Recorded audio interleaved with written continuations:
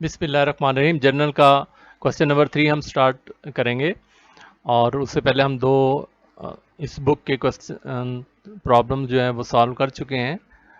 तो देखते हैं जी आज इस प्रॉब्लम में क्या लिखा हुआ है। Journalize the following transaction in the book of a trader. हमने जनरल में ट्रांजैक्शंस को रिकॉर्ड करना है।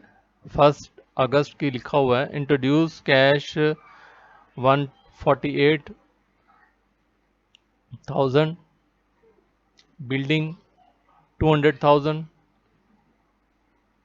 As capital. तो कारोबार में मालिक लाए हैं कैश 1,48,000 और बिल्डिंग 2 लाख की एज ए कैपिटल। तो कारोबार के लिए तो दो चीज़ें आई, एक कैश एसेट आया और दूसरा बिल्डिंग एसेट आया। और एसेट जब बढ़ते हैं तो हमें पता है डेबिट होते हैं। तो डेबिट साइड पे दो अकाउंट लिखे जाएंगे, कैश और बिल्डिंग, और दोनों की जो अमाउंट है वो लिखी जाएगी। कैश के सामने 148,000 लिखा जाएगा, 1,48,000, और बिल्डिंग के सामने 2 लाख लिखा जाएगा। चूँकि दोनों चीज़ें मालिक लाया है तो इन टोटल मजमूई तौर पर मालिक कारोबार में कितना सरमाया लेके आया है वो 3,48,000 बनेगा, इन दोनों का सम। ऐसी ट्रांजैक्शन को कंपाउंड एंट्री कहते हैं, जिसमें एक से ज़्यादा अकाउंट डेबिट या क्रेडिट हो रहे होते हैं। यहाँ पे 2 अकाउंट डेबिट हो रहे हैं और 1 अकाउंट क्रेडिट हो रहा होता है। नरेशन इसकी होगी, business started with cash and building. Next हमारी ट्रांजैक्शन है अगस्त 4 की, purchase goods on account from Noor mills limited 4,500।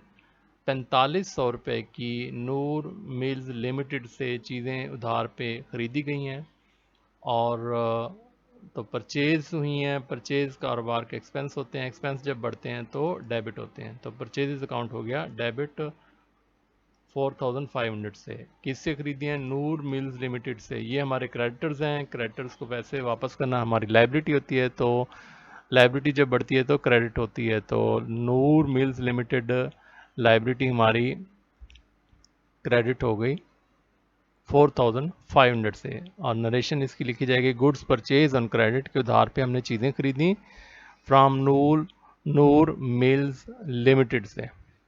Next जी हमारी ट्रांजैक्शन है 10 अगस्त की, sold goods to Mubeen and co for ₹1,500।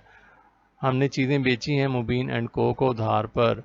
अच्छा, मुबीन एंड को उधार पे हमने बेची हैं, तो मुबीन एंड को हमारे डेटर्स होंगे। डेटर्स कौन होते हैं? हमारे एसेट होते हैं, यानी जिन्होंने हमसे उधार पे चीज़ें ली हैं वो पैसे हमें फिर दे देंगे, तो इन्हें एसेट समझा जाता है। एसेट को है कि हमारे बढ़ गए, एसेट जब बढ़ते हैं तो डेबिट होंगे। तो मुबीन एंड को डेटर के नाम से डेबिट होंगे। और सेल्स हुई है, सेल्स इनकम होती है, इनकम जब बढ़ती है तो क्रेडिट होती है। तो सेल्स अकाउंट हमारा क्रेडिट हो गया 1,500 से। तो नरेशन लिखी जाएगी, sold goods on credit to Mubeen and को।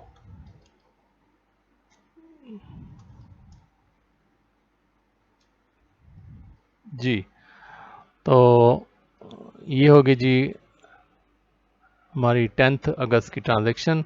नेक्स्ट है हमारी 15 अगस्त की ट्रांजैक्शन। ये 15 अगस्त की ट्रांजैक्शन है, क्या है जी, goods return by Mubeen and co for ₹125। किसी वजह से उसने मुबीन एंड को, जो कि हमारा डेटर्स था, उसने चीज़ें रिटर्न की। कस्टमर की तरफ से जो चीज़ आती है वापस, उसे सेल्स रिटर्न कहते हैं।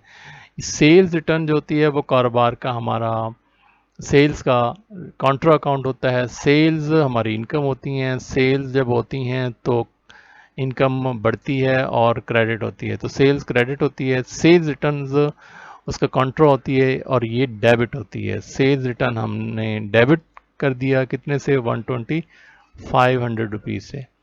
अच्छा, किसने मुबीन एंड को हमारे कस्टमर ने रिटर्न किए हैं, तो ये हमारा एसेट है। तो ये एसेट हमारा कम हो गया क्योंकि अब उसने 125 रुपीज़ की चीज़ें वापस कर दी। अब हमें उससे 125 रुपीज़ कम मिलेंगे।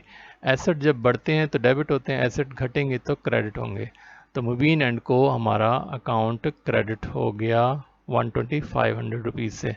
नीचे नरेशन लिखेंगे, goods return by Mubeen and co की चीज़ें मुबीन एंड को की तरफ से वापस हो गई 125 रुपये की।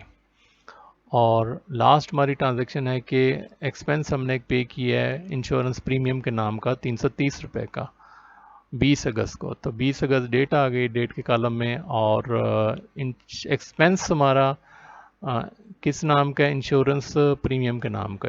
एक्सपेंस जब बढ़ते हैं तो डेबिट होते हैं, तो इंश्योरेंस प्रीमियम के नाम का अकाउंट हमारा डेबिट हो गया। और हमने पे किया है तो कैश पे किया होगा, कैश कम हुआ होगा, कैश एसेट है, एसेट कम होता है तो क्रेडिट होता है। तो कैश काउंट हमारा हो गया क्रेडिट 330 रुपये के। और एंड पे हम नरेशन लिखेंगे, इंश्योरेंस प्रीमियम पेड। तो हर वक्त हमने ये जहन में रखना है डेबिट और क्रेडिट के रूल्स। और जस्ट हमने इनको शुरू में जब हम क्वेश्चंस कर रहे होंगे तो ये बार बार इन रूल्स को देखा करेंगे, लेकिन जब आप इनकी प्रैक्टिस कर लेंगे तो इनको आपके जहन में ये फिक्स हो जाएंगे। तो आपको इतना बार बार सोचना नहीं पड़ेगा, आपकी प्रैक्टिस के थ्रू ही आपका ये कंसेप्ट क्लियर होंगे। और मैं एक यहाँ पे बात बताना चाहूँगा कि जितनी आप की जर्नल पे या एंट्रीज पे ग्रिप बेहतर होगी, उतना ही आपकी अकाउंटिंग बेहतर होगी। इसके बगैर अकाउंटिंग आप कर ही नहीं सकते। उम्मीद है आज की वीडियो आपको पसंद आई होगी। चैनल को लाइक करें और सब्सक्राइब करें। आपका वीडियो देखने का बहुत बहुत शुक्रिया।